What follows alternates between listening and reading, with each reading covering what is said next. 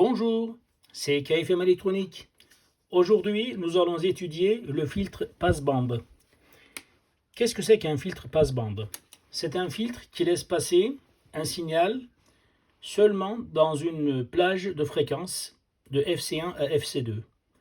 Par contre, à la fréquence donc F0 entre les deux, il y a donc un transfert maximum, c'est-à-dire que le filtre laisse passer intégralement le signal d'entrée et il y a un déphasage nul entre la tension de sortie et la tension d'entrée. Voilà, nous allons étudier donc l'étude théorique et pratique. Voici mon filtre, je vais le présenter rapidement. Il s'agit donc d'une résistance de 1 kΩ, un condensateur de 100 nF et une inductance de 10 mH. Ici donc mon signal d'attaque, entré donc par un GBF qui me fournit un signal donc à 7 volts d'amplitude. Actuellement, je suis à la fréquence de résonance avec les éléments de mon circuit à 5035 Hz. Mon signal de sortie, je le prélève donc aux bornes de la résistance. Donc je soumets ces deux signaux, entrée et sortie, à mon oscilloscope.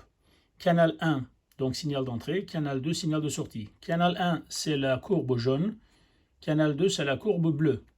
À la fréquence de résonance, comme vous pouvez voir, donc je n'ai presque aucune atténuation et le signal d'entrée est complètement en phase avec le signal d'entrée.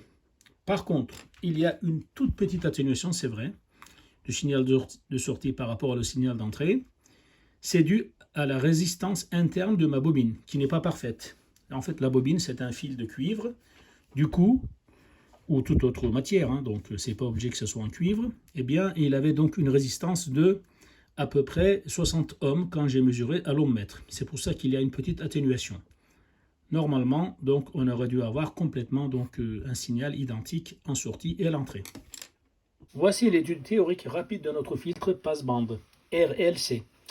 Le montage, signal d'entrée UE, fourni par le GBF, et le signal de sortie US, récolté aux bornes de la résistance R. Le taux de transfert H complexe est égal donc à R sur R plus J et l'oméga moins 1 sur C oméga. En fait, c'est un pont diviseur, donc on a comme dans les résistances, mais en valeur complexe, puisque les tensions UL et UC ne sont pas en phase avec la tension aux bornes de la résistance. Donc du coup, on doit passer par les nombres complexes. Donc, tant pis pour les gens qui ont des problèmes avec les nombres complexes. Il faudra passer par là pour pouvoir l'étudier. Mais moi, je vais simplifier un peu la chose, donc on ne va pas aller dans les résolutions d'équations différentielles, etc. C'est assez compliqué. Mathématiquement, on peut voir que ce taux de transfert H serait égal au maximum, c'est-à-dire 1, lorsque la partie imaginaire vaudra donc 0. On aura donc R sur R égale 1, lorsque L oméga moins 1 sur C oméga sera égal à 0. Eh bien, en fait, après développement et donc raisonnement, on tombe sur la fréquence de résonance F0 égale 1 sur 2 pi racine de LC. À cette fréquence F0, on aura donc la partie imaginaire qui sera nulle et le taux de transfert maximum 1. On peut remarquer que pour les fréquences très très basses, l'impédance de la bobine ne vaut pas grand-chose. C'est seulement le condensateur qui joue son rôle de résistance. Par contre, la résistance, elle reste toujours ce qu'elle est, donc résistance. Pour les fréquences qui s'approchent de 0, eh bien en fait, on a une impédance du condensateur qui tend vers plus l'infini. Là, UE est en retard de plus en plus. Et la tension aux bornes de la résistance ne vaut plus grand-chose. Donc on a un taux de transfert presque nul, 0, US sur E égale 0, mais phi tend vers plus 90 degrés. Parce que, qu'est-ce que c'est que phi en fait? Tangente phi, donc le déphasage, tangente de cet angle d'écart entre UE et US, c'est égal à donc 1 sur C oméga sur R, égale donc 1 sur RC oméga, ça tend vers l'infini. Donc on sait que quand tangente phi tend vers l'infini, phi tend vers 90 degrés. Troisième cas, lorsque la pulsation est très très supérieure à la pulsation, donc oméga 0. L'impédance de la bobine vaut donc presque l'infini, et on peut même carrément court-circuiter le condensateur, puisque 1 sur C oméga tend vers 0. Donc le taux de transfert H tend vers 0. Par contre, pour tangente phi, donc on a et l'oméga sur R qui tend vers moins l'infini. Donc phi tend vers moins 90 degrés. En fait, plus la pulsation oméga va augmenter, plus donc ici, on aura une évolution comme ceci. Voilà. La partie imaginaire donc sera très importante devant la partie réelle, R. Du coup, eh bien, phi va tendre vers moins 90 degrés. Pour tracer notre diagramme de Bode, eh bien, pour le gain et la phase, on sait que donc le gain en décibels est égal à donc 20 log de H complexe, le module, et tangente phi qui est égal à L oméga moins 1 sur C oméga sur R.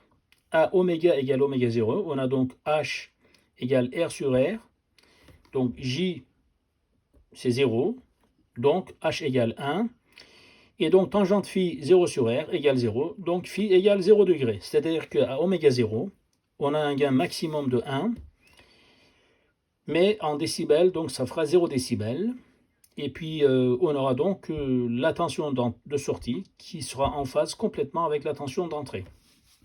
On va maintenant chercher les deux pulsations de coupure oméga 1 et oméga 2, où on a un gain en décibels de moins 3 décibels et on a une perte de à peu près 30% sur notre signal de sortie, 1 sur racine des 2.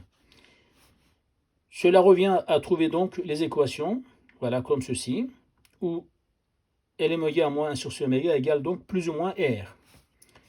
On remarque tout de suite que c'est une équation de la forme ax carré plus bx plus k égale 0. J'ai pris k à la place de c comme ils prennent en mathématiques pour ne pas confondre avec le condensateur C. En fait, d'après les calculs, avec ces composants de mon montage, je trouve une fréquence de coupure F1 de 17,356 kHz et FC2 de 1,433 kHz. Et F0, 1 sur 2 pi racine de LC, 5035 Hz. Voici donc les diagrammes de Bode correspondants. Pour le gain, voilà, donc à 5035 Hz, j'ai le gain maximum. Pour les fréquences inférieures, j'ai une montée de plus 20 décibels par décade. Pour les fréquences supérieures, j'ai moins 20 décibels par décade. Et la phase entre la tension de sortie et la tension d'entrée évolue comme ceci. Donc de 90 degrés, ça descend jusqu'à moins 90 en passant par 0 à la fréquence de résonance F0. Voilà le montage pratique. À la fréquence de résonance qu'on avait calculée, F0, on a les deux signaux, de sortie et d'entrée. Eh bien, en fait, on peut dire qu'ils sont complètement en phase et qu'il y a une très légère baisse due à la résistance interne de la bobine. Sinon, les deux signaux se seraient complètement superposés. On va maintenant voir les deux signaux donc à la fréquence de coupure inférieure, FC1, et à la fréquence de coupure supérieure, FC2. FC1, donc fréquence de coupure inférieure, c'était 1433 Hz. Je vais régler à 1433 Hz mon signal d'entrée. Voilà, à peu près. Donc, on n'est pas obligé d'être très précis.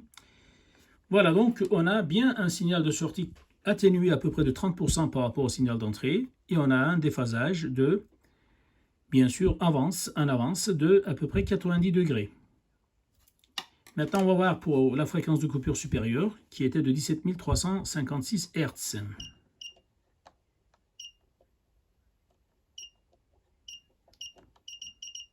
Voilà, 17 356 Hz. Eh bien, j'ai exactement donc, la même chose sur la tension de sortie. L'amplitude baisse de 30%. En revanche, le signal de sortie est en retard, parce que c'est notre inductance maintenant qui fait résistance au passage du courant. Alors, comme le courant est en retard, la tension au bord de la résistance étant une image du courant, et bien donc la tension de sortie est aussi en retard, de pi sur 2. Nous allons maintenant varier la fréquence de ce signal d'entrée en jaune jusqu'à 10 fois la fréquence de coupure donc centrale F0, soit donc 50 000 Hz à peu près, 50 kHz.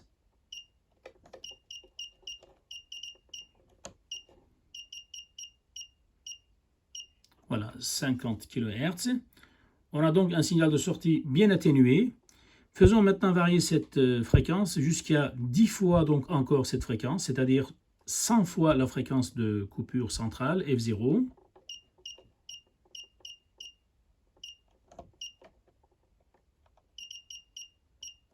Soit donc 503 kHz.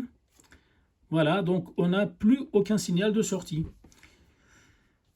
Alors, il est donc complètement atténué et le déphasage par contre tend vers plus donc phi, c'est-à-dire en fait le signal de sortie est en retard par rapport au signal d'entrée. On va donc pouvoir visualiser ça lorsqu'on va baisser le calibre de notre canal 2 à une sensibilité nettement supérieure, soit donc allez, 50 mV. Voilà, donc elle n'est pas trop stable à cause des parasites.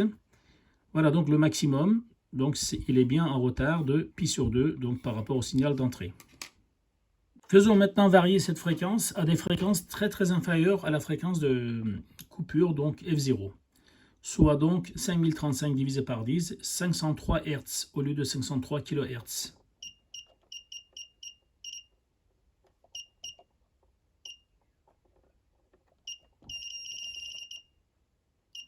Voilà, je suis à 503 Hz. On va régler donc de nouveau le calibre de notre oscilloscope. On va remettre la même sensibilité pour la tension. Voilà, donc on a une atténuation, c'est vrai, donc assez importante. On a par contre une avance de à peu près donc pi sur 2 par rapport au signal d'entrée pour notre signal de sortie. On va maintenant baisser encore à 10 fois donc inférieur à cette fréquence, soit 50 Hz.